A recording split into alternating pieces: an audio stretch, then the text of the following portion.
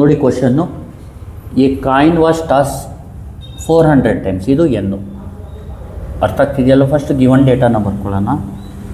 Given n is equal to 400. ಅರ್ಥ ಆಗ್ತಿದೆಯಲ್ವಾ.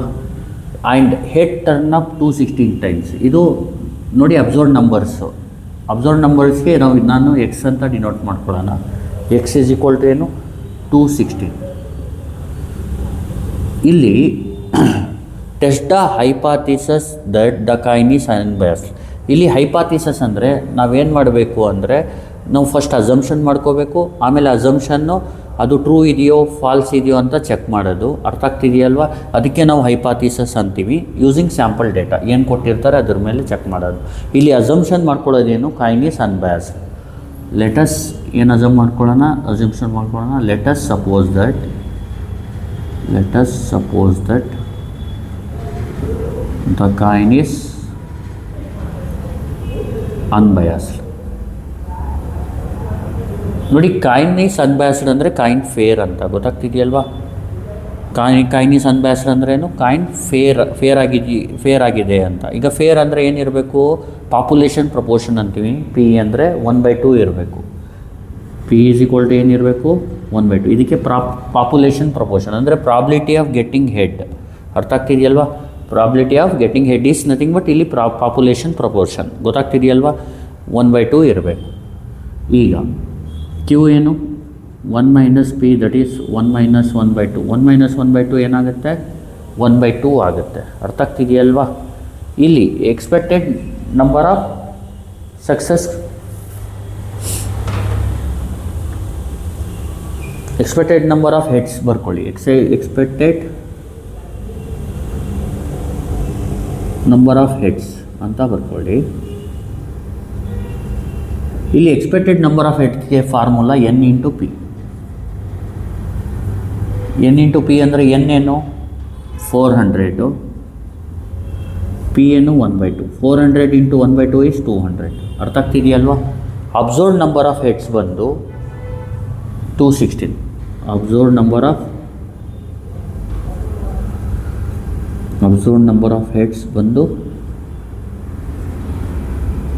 x, that is 216. ಗೊತ್ತಾಗ್ತಿದೆಯಲ್ವಾ. ಇಲ್ಲಿ ಕ್ವಶನ್ ಇನ್ನೊಂದು ಸತಿ ಓದ್ತೀನಿ ನೋಡಿ. ಈ coin was toss 400 times and head turn up 216 times. Test the hypothesis that coin is unbiased at 5% level of significance. ಇಲ್ಲಿ ಏನಂದರೆ n 400 ಕೊಟ್ಟವ್ರೆ, ಎಕ್ಸ್ ಅಬ್ಸರ್ವ್ಡ್ ನಂಬರ್ಸ್ 216 ಕೊಟ್ಟವ್ರೆ ಹೆಡ್ಗೆ. ನೆಕ್ಸ್ಟು ಟೆಸ್ಟ್ ದ ಹೈಪಾಥಿಸಸ್ ಅಂದರೆ, ನಾವು ಹೈಪಾಥಿಸಸ್ ಅಂದ್ರೇನು, ಅಸ್ಯೂಮ್ ಮಾಡ್ಕೊಳ್ಳೋದು ಮತ್ತು ಅಸಂಪ್ಷನ್ನ ಟ್ರೂ ಇದೆಯೋ ಫಾಲ್ಸ್ ಇದೆಯೋ ಅಂತ ಬೈ ಸ್ಯಾಂಪಲ್ ಡೇಟಾಯಿಂದ ಟೆಸ್ಟ್ ಮಾಡೋದು, ಅಂದರೆ ಚೆಕ್ ಮಾಡೋದು. ಇಲ್ಲಿ ಅಸಂಪ್ಷನ್ ಏನು, ಕಾಯಿನ್ ಈಸ್ ಅನ್ಬಯಾಸ್ಡ್. ಇಲ್ಲಿ ನೋಡಿ, ಕಾಯಿನ್ ಈಸ್ ಅನ್ಬಯಾಸ್ಡ್ ಇದ್ದರೆ let us suppose that coin is P is equal to 1/2. ಇದು ಪಾಪ್ಯುಲೇಷನ್ ಪ್ರಪೋರ್ಷನ್. ಗೊತ್ತಾಗ್ತಿದೆಯಲ್ವಾ. ಕಾಯಿನ್ ಅನ್ಬಯಾಸ್ಡ್ ಇದ್ದರೆ ಏನು ಬರುತ್ತೆ, ಪಿ ಏನು ಬರುತ್ತೆ, ಪಾಪ್ಯುಲೇಷನ್ ಪ್ರಪೋರ್ಷನ್ 1/2. ಅದು ಅಥವಾ ಪ್ರಾಬಿಲಿಟಿ ಆಫ್ ಗೆಟಿಂಗ್ ಹೆಡ್ ಅಂದ್ಕೊಳ್ಳಿ. ಈಗ ಕ್ಯೂ ಏನು 1 - P that is 1 - P is 1/2. Expected number of heads ಬಂದು 200. ಅಬ್ಸರ್ವ್ಡ್ ನಂಬರ್ ಆಫ್ ಹೆಡ್ಸ್ ಬಂದು 216. ಇಲ್ಲಿ ನೋಡಿ ಇದು ಎಕ್ಸ್ಪೆಕ್ಟೆಡ್ ನಂಬರು 200 ಬರಬೇಕು. ಇಲ್ಲಿ ಅಬ್ಸರ್ವ್ಡ್ ನಂಬರ್ ಬಂದು 216. ನೋಡಿ ಈ ಡಿಫ್ರೆನ್ಸ್ ಇದೆಯಲ್ಲ, ಅರ್ಥ ಆಗ್ತಿದೆಯಲ್ವಾ. ಇದು ತುಂಬ ಲಾರ್ಜ್ ಇದೆಯಾ ಅಥವಾ ಅಂದರೆ ನಾವು ಒಪ್ಕೋಬೋದಾ ಅಂತ ನೋಡೋಕ್ಕೆ ನಾವು ಝೆಡ್ ಟೆಸ್ಟ್ನ ಯೂಸ್ ಮಾಡ್ತೀವಿ. ಝೆಡ್ ಟೆಸ್ಟ್ ಯಾವಾಗ ಯೂಸ್ ಮಾಡಬೇಕು ನಾನು ಹೇಳ್ತೀನಿ ನೋಡಿ. ಸ್ಯಾಂಪಲ್ ಸೈಜ್ ಜಾಸ್ತಿ ಇದ್ದಾಗ ನೋಡಿ, ಎನ್ ಈಸ್ ಅಂದರೆ ಲಾರ್ಜ್ ಸ್ಯಾಂಪಲ್ ಅಂತ ಬರೀತೀನಿ.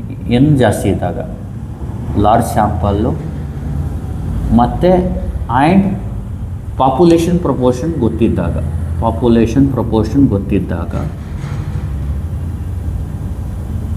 ಝೆಡ್ ಟೆಸ್ಟ್ ಯೂಸ್ ಮಾಡಬೇಕು. ಗೊತ್ತಾಗ್ತಿದೆಯಲ್ವಾ. ಇಲ್ಲಿ ಪಾಪ್ಯುಲೇಷನ್ ಪ್ರಪೋರ್ಷನ್ ಗೊತ್ತಿದೆ, ಸ್ಯಾಂಪಲ್ ಸೈಜ್ ಲಾರ್ಜ್ ಸ್ಯಾಂಪಲ್ ಆಗಿದೆ, ಅದಕ್ಕೆ ಝೆಡ್ ಟೆಸ್ಟ್ ಯೂಸ್ ಮಾಡಬೇಕು. ಇಲ್ಲಿ ಝೆಡ್ ಟೆಸ್ಟ್ ಅಂದರೆ ಇಲ್ಲಿ ಏನು ಮಾಡಬೇಕಂದ್ರೆ ಝೆಡ್ ವ್ಯಾಲ್ಯೂನ ಫೈಂಡ್ ಮಾಡಬೇಕು. ಆ ಝೆಡ್ ವ್ಯಾಲ್ಯೂನ ಸ್ಟ್ಯಾಂಡರ್ಡ್ ಝೆಡ್ ವ್ಯಾಲ್ಯೂಗೆ ಕಂಪೇರ್ ಮಾಡಬೇಕು. ಜ್ಞಾಪಕ ಇಟ್ಕೊಳ್ಳಿ.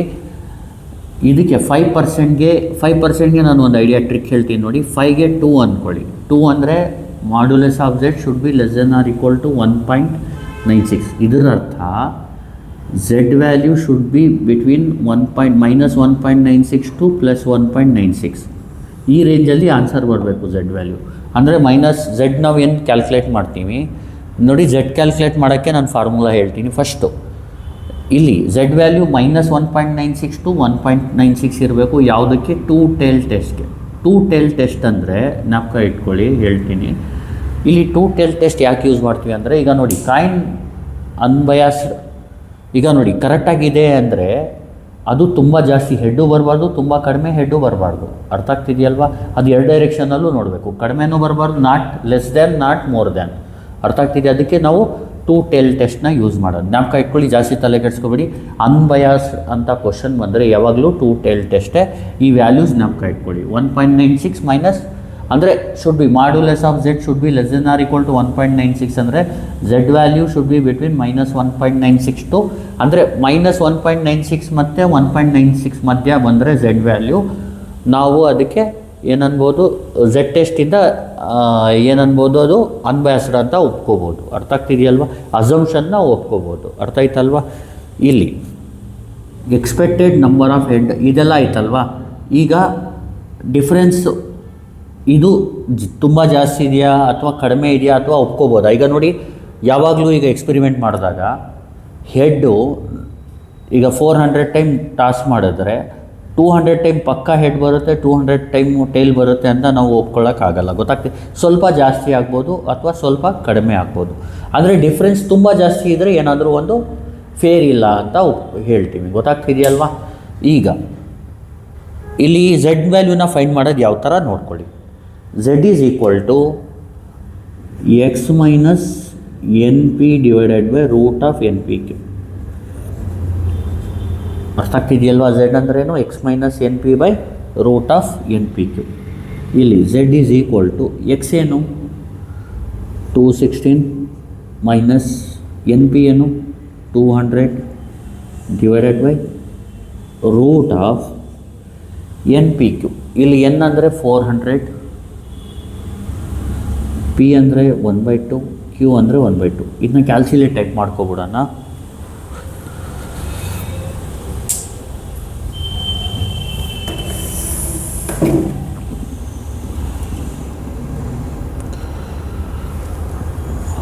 -216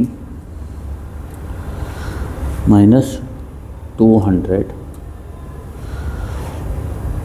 ರೂಟ್ ಆಫ್ ಈ ಥರ ಟೈಪ್ ಮಾಡಿ. 400 into 1/2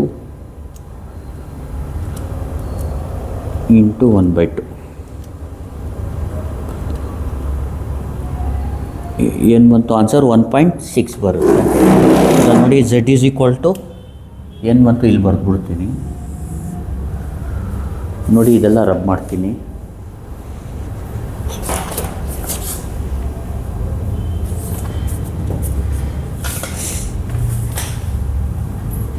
sorry,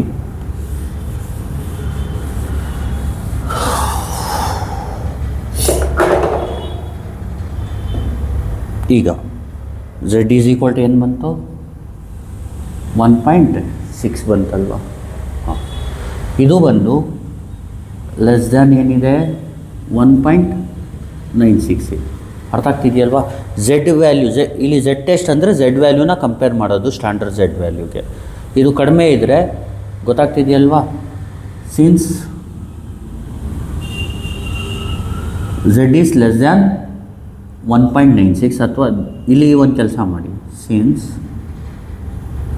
Z is equal to 1.6 which is less than 1.96, the hypothesis ಇಲ್ಲಿ ಫಸ್ಟು ಝೆಡ್ನ ಫೈಂಡ್ ಮಾಡಿಬಿಡಿ. ಇದ್ರ ಕೆಳಗಡೆ ಈ ಥರ ಬರೀ ದ ಹೈಪಾಥಿಸಸ್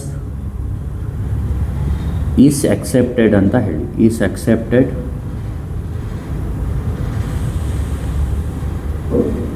ಅಟ್